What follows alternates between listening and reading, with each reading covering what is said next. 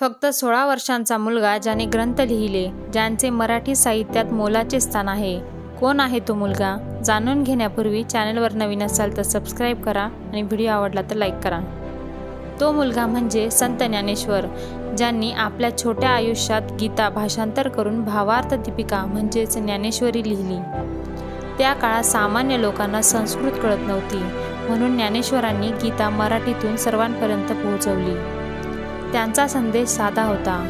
जीव हा शिव आहे, म्हणजेच प्रत्येक माणसामध्ये दैवी शक्ती आहे.